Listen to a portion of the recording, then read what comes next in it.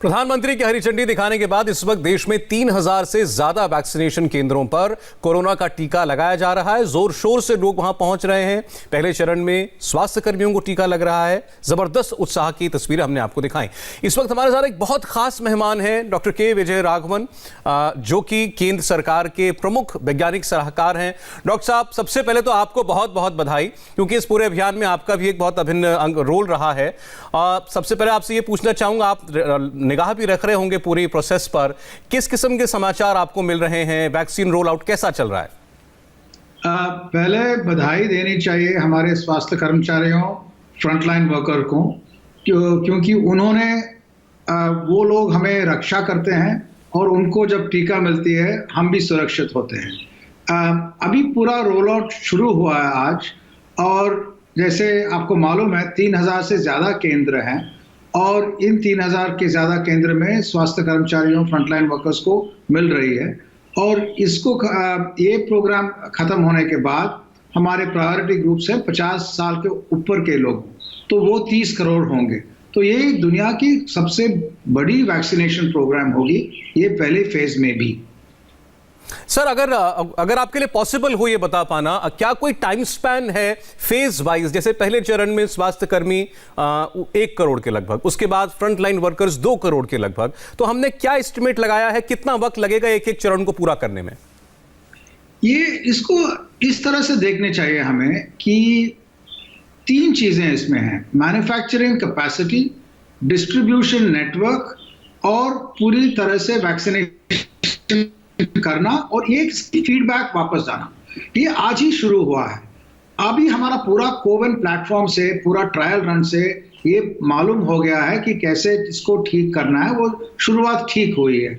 इसकी फीडबैक से manufacturing capacity जैसे बढ़ती है और डिस्ट्रीब्यूशन बढ़ती है, तेजी बहुत ज्यादा बढ़ जाएगी। तो ऐसा लगेगा आपको कि 100 ही कर रहे हैं हर सेंटर पे आज, इतना पूरे कैसे कर पाएंगे, 30 करोड़ कैसे पूरे कर पाएंगे? ये तो बहुत जल्दी से स्केल अप होगी, जैसे प्रोडक्शन, डिस्ट्रीब्यूशन और वैक्सीनेशन एक्सपोनेंशियली स्केल अप करती है। जी, मेरा मन में यही सवाल था जिसका जवाब आपने पहले दे दिया कि आज जैसे 3000 सेंटर हैं, तो ये सेंटर्स की संख्या और बढ़ेगी, और अगर आज एक दिन में एक सेंटर पर 100 टीके लगते हैं तो वो भी ज्यादा लगेंगे। हाँ, इसके लिए जैसे आगे बढ़ते हैं, जैसे प्रोडक्शन और डिस्ट्रीब्यूशन और वैक्सीनेशन केंद्र, इनकी तीनों की मिलाप से ये बढ़ती है, तो ये एफिशिएंटली बढ़ेगी। इन तीनों की मिलाप बहुत जरूरी है, क्योंकि ऐसा नहीं है कि प्रोडक्शन ही बढ़ाए और डिस्ट्रीब्यूशन उसको कैप्चर न कर पाए, और डिस्ट्रीब्यूशन बढ़े और सेंटर्स ठीक से नहीं बढ़े। ये तीनों बढ़ने के लिए अभी इनिशियल फेजेस में बढ़ाव थोड़ी धीरे लगेगी आपको, लेकिन जल्दी ही ऊपर चली जाएगी। डॉक्टर साहब, क्या ये कुछ वैसा ही है जैसा जब कोरोना का आउटब्रेक हुआ तो हमारी टेस्टिंग कैपेसिटी बहुत लिमिटेड थी, हमारे पास पीपीई किट्स, मास्क, सैनिटाइजर्स, इनका प्रोडक्शन लिमिटेड था, वो धीरे धीरे बहुत स्केल अप हुआ। ऐसे ही आप बता रहे हैं ये वैक्सीन में भी होगा, और नंबर ऑफ वैक्सीन भी बढ़ेंगी? अभी जो वैक्सीन हैं वो इमरजेंसी यूज से रेगुलर मार्केट लाइसेंसर को चले जाएगी, और भी कई वैक्सीन है पाइपलाइंस में, वो आ जाएंगे। वैक्सीन की प्रोडक्शन इंक्रीज करेगी, डिस्ट्रीब्यूशन नेटवर्क में और भी लोग आ जाएंगे, ये प्रायोरिटी ग्रुप से और भी ग्रुप्स आ जाएंगे। तो मेरा कहने का मतलब यह है कि जाते जाते मार्च अप्रैल में, फर्स्ट क्वार्टर में ये प्रायोरिटी ग्रुप्स की टेम्पो बहुत ज़्यादा बढ़ जाएगी, और उसके बाद मैन्युफैक्चरिंग और डिस्ट्रीब्यूशन भी बढ़ेगी। सेकेंड क्वार्टर में और भी होगी, और तीसरी क्वार्टर में मेरे विचार में काफी फैलाव हो जाएगी वैक्सीनेशन प्रोग्राम की। आपने एक अच्छा एस्टिमेट दे दिया टाइम वाइज भी। सर, एक चीज और है कि क्या इवेंचुअली ये सरकार का लक्ष्य है कि ये वैक्सीन बाजार में मिलना शुरू हो जाए, और जो लोग खरीद कर इसे लगाना चाहते हैं अपने आप, वो इसको लगा पाए? देखिए, 2 एक्सट्रीम में 2 तरह के पॉपुलेशन है। एक जिनको वैक्सीन अफोर्ड नहीं कर सकते हैं, और दूसरे रीजनेबल प्राइस में वैक्सीन खरीद सकते हैं, और बीच में कई तरह के इकोनॉमिक रेंजेस हैं उसमें बीच में। इन सबको वैक्सीनेट करना जरूरी है। तो देयर विल बी मेथड्स कि इन सब लोगों को वैक्सीनेशन मिलेगी किसी की ना किसी तरह से। स्टेट्स पार्टनर करेंगे, जिनके पास वैक्सीनेशन की कैपेबिलिटीज है वो खरीदेंगे, लेकिन प्राइस ऐसा होगी कि इट विल बी रीजनेबल और अनरीजनेबल प्राइस नहीं हो। सर, आज के दिन हम लोग सुबह से ये कोशिश कर रहे हैं कि जितने भी डॉक्टर्स को पहले वैक्सीन मिली है, जितने भी हेल्थ वर्कर्स को, उनकी बात ज़्यादा से ज़्यादा सुनवाएं, ताकि लोगों में कॉन्फिडेंस डेवलप हो कि अगर एक एक्सपर्ट इस फील्ड का जानते बूझते खुशी से वैक्सीन ले रहा है तो आपको भी आकर के आगे बढ़ के लेनी चाहिए जब आपका नंबर आएगा, जब आपकी बारी आएगी। शुरुआत में खास तौर पर एक वैक्सीन को, मैं आज नाम लेकर किसी भ्रम को और हवा नहीं देना चाहता, लेकिन एक वैक्सीन को लेकर कुछ लोगों ने कुछ डाउट्स खड़े किए थे। क्या सरकार अभी भी इस किस्म के प्रोपेगेंडा से लड़ रही है या अब सब लोग हंसी खुशी दोनों वैक्सीन को स्वीकार कर चुके? देखिए, अभी आज से हमें ये ध्यान रखना चाहिए कि जो भी आप सवाल पूछिए किसी भी वैक्सीन के बारे में, वो उसमें कोई दिक्कत नहीं है, पूछना चाहिए और लोगों को जवाब देनी चाहिए, उसमें कोई दिक्कत नहीं है। लेकिन एक दो और सवाल हमें आगे बढ़ा के पूछना चाहिए और उसके जवाब सबको समझने चाहिए। एक सवाल यह है कि अगर बाकी देशों को देखें, यूके देखें, ब्राजील देखें, साउथ अफ्रीका देखें, हालत महामारी की बहुत खराब है, बढ़ रही है।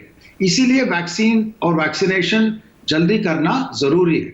दूसरी बात इसी में ये करना चाहिए कि हमें साइंस में ये पता करना चाहिए कि कैसे अगर वैक्सीन एस्केप हो सके, कैसे अगर फैलाव वेरिएंट्स आ जाए जो ज्यादा फैलाते हैं, उसके बारे में ध्यान कैसे रखना चाहिए। और तीसरी, हम ध्यान रखना चाहिए, मास्क पहन के, दूरी रख के और आगे बढ़ना चाहिए।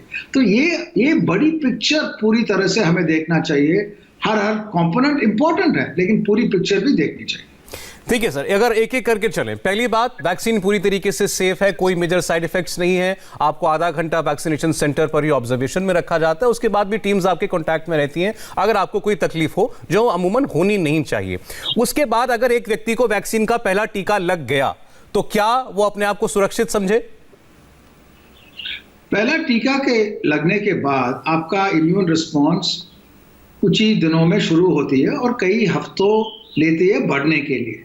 वो एक लेवल पे बढ़ेगी, कुछ लोगों में ज्यादा बढ़ेगी, कुछ लोगों में कम बढ़ेगी। इसीलिए दूसरी डोज दी जाती है, जिससे सब लोगों में, पॉपुलेशन में और इंडिविजुअल लेवल में भी इम्यून रिस्पॉन्स बढ़ती है। वो दूसरी डोज के बाद कुछ ही हफ्ते में आती है। तो इसको पूरी ध्यान रखनी चाहिए। ये नहीं है कि हेल्थ वर्कर्स को वैक्सीनेशन शुरू होगी तो हम सुरक्षित हैं, या उनकी पहली डोज मिली है वो सुरक्षित है। तो ये पूरी पिक्चर को ध्यान में रखते हुए आगे चलना चाहिए। सर, जो इसका टाइम स्पैन बताया गया, आज प्रधानमंत्री ने भी उस बारे में बताया कि पहली डोज से दूसरी डोज के बीच में 28 दिन, 1 महीने का अंतराल रखा गया है और उसके भी 12-14 दिन के बाद आपको पूरी तरीके से आपके अंदर वो एंटीबॉडीज या आपके अंदर वो जीवाणु जन्म लेंगे जो कि आपको प्रतिरोधक क्षमता देंगे। तो हम ये माने कि ये 42 दिन वैसे ही एक व्यक्ति को टीका लेने के बाद रहना है जैसा वो टीका लेने से पहले कोरोना से बचाव के लिए रहता था?